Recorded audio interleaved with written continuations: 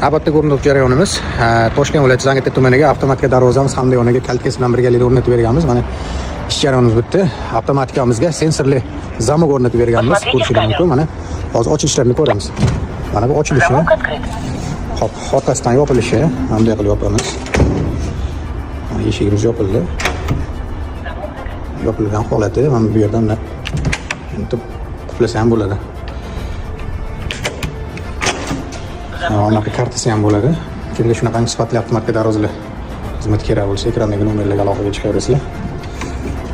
Batafsil ma'lumot telefonda berib o'tamiz.